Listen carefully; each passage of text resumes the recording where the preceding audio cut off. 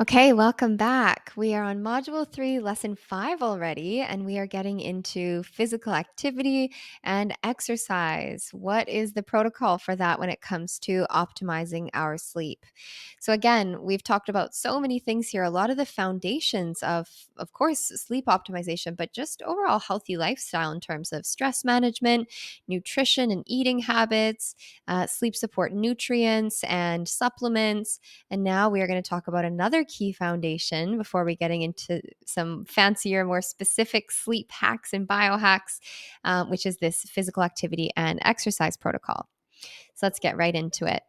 So, short and sweet, what are the general guidelines of exercise? Uh, Funny little typo here. XRIC.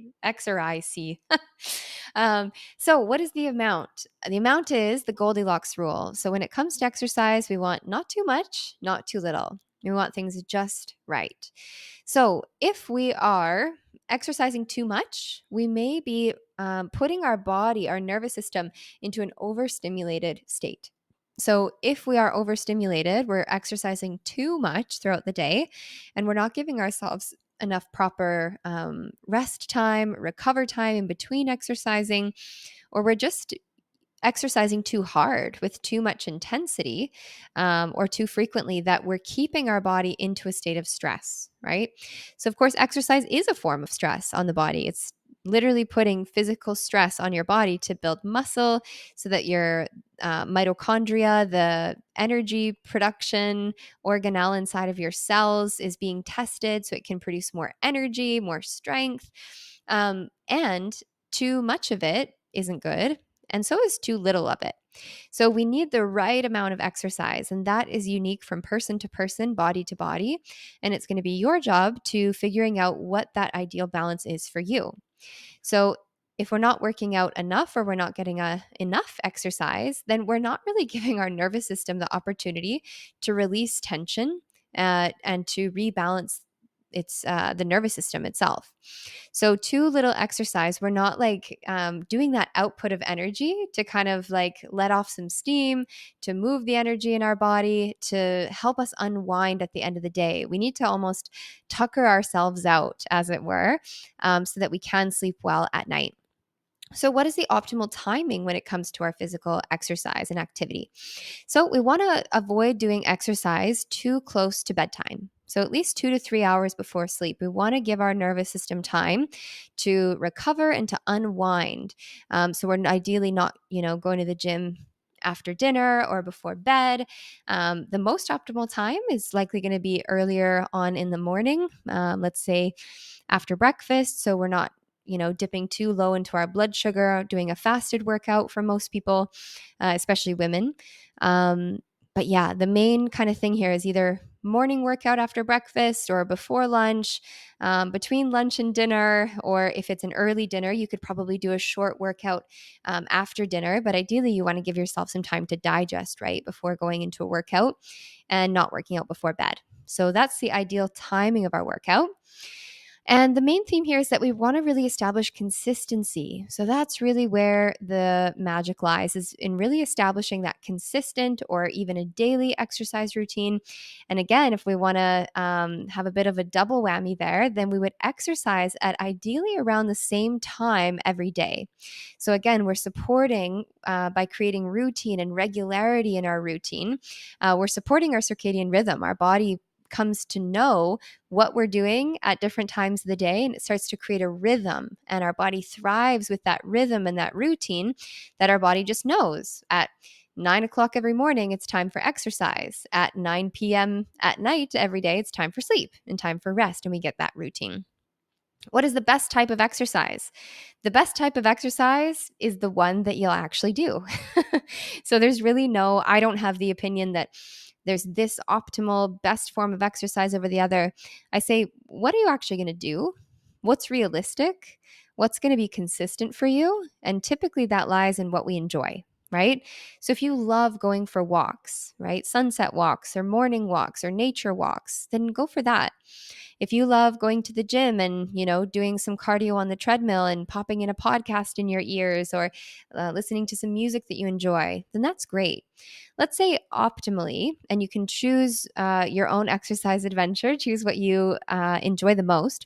But ideally, we want to combine some form of cardio with some form of strength training and mobility work.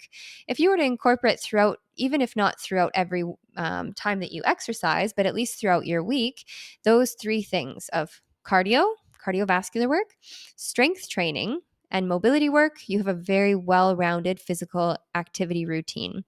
So, cardio can be anything from what you enjoy. Do you enjoy dance or Zumba or cardio boxing or hit training or running or jogging or walking or hiking or biking or swimming? Those are all the cardio based activities that really get your heart rate up, right? Then we want to combine that with strength training. So that can be anything from something more gentle like a hatha yoga class or a vinyasa yoga class, where you're holding the weight of your body, you're doing body weight training and holding postures for a period of time, breathing into it. The strength training can be lifting weights at the gym, or doing some sort of Pilates class where you're using body weight or you're using light resistance or exercise bands or balls, those exercise balls to ultimately build muscle mass and build strength. That's really optimal. And then doing some sort of mobility work that's working on the combination of flexibility in strength. So that can be anything from a restorative or a yin yoga class to a mobility class to simply some stretching or foam rolling before bed at night. Those three, if you were to hit those three pillars throughout the week, cardio, strength, and mobility, you're doing quite well. And ideally, we want to do that 3 to 5 times a week. Of course, we can have a daily exercise practice. Like, let's say you walk every single day for 15 to 30 minutes or 45 minutes, whatever you enjoy. And then 3 to 5 times a week, you go to the gym or you do a Pilates class or you go to a yoga class. Ultimately, we want to do what do you enjoy and what energizes you the most. That's going to help you build that consistency, build that habit, transform that habit or that daily routine from something that you do, a daily chore that you achieve and check off the list, into something that becomes so consistent that it's simply a part of your lifestyle. It becomes so embodied that it's no longer a chore or even a habit. It's just how you live your life. This is really sustainable habit formation, where it's no longer this thing to check off, but it's just so ingrained that you don't even think about it. You just go to the gym every second day, or you go to your morning Pilates class at 8 a.m. every day, whatever it is for you. Ultimately, we want to listen to our body and adjust our routine accordingly. So, if you are in a female body and you have a menstrual cycle, then what you might do is you might adapt and adjust your exercise routines based on where you're at in your cycle. So, I have lots of podcast episodes on that. I don't want to go too deep into it here, but how to exercise throughout the different phases of your cycle. So, I will make sure that we link up those podcast episodes below and you can learn how to optimize that. But ultimately, we just want to make sure that we are getting enough exercise and we're finding that golden rule for ourselves. So, the main thing that we want to be looking for here in terms of intensity and quantity of our exercise and the amount of time is ideally we want to leave our exercise routine feeling high, feeling good, feeling elated, right? We want to leave on a high note. You should never leave the gym feeling exhausted, shaky, depleted, or you finish your workout high with adrenaline, not with dopamine and motivation chemicals and happiness chemicals, but with adrenaline and stress hormones.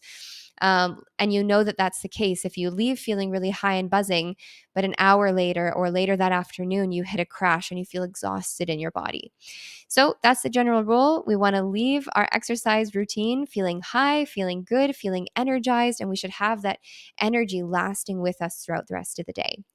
So that's all for now. I hope that was helpful. We'll see you back in the next lesson. We are going to go deeper into detoxification, gut support, and hormonal balance for optimal sleep. I'll see you there.